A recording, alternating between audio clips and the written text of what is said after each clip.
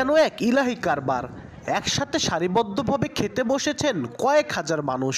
খাবারের তালিকায় আছে ভাত, বগুড়ার বিখ্যাত আলুঘাটি গোশত, ঝোল ডাল ও গুড় তেঁতুলের চাটনি।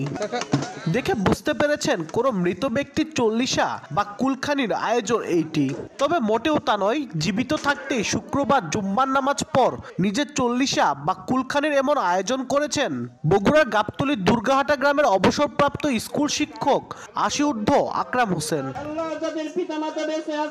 কেউ মারা যাওয়ার 40তম দিনে মৃতের আত্মার মাগফিরাত কামনা করে কোরআন খতমের পাশাপাশি দোয়া ও ভোজনের আয়োজন করা হয়, যা চল্লিশা বা কুলখানি নামে পরিচিত। তবে ব্যতিক্রমভাবে বেঁচে থাকতেই নিজের চল্লিশার আয়োজন করেছেন আকরাম হোসেন। এতে দাওয়াত দেওয়া হয় আশপাশের কয়েক গ্রামের মানুষ ও আত্মীয় স্বজনদের।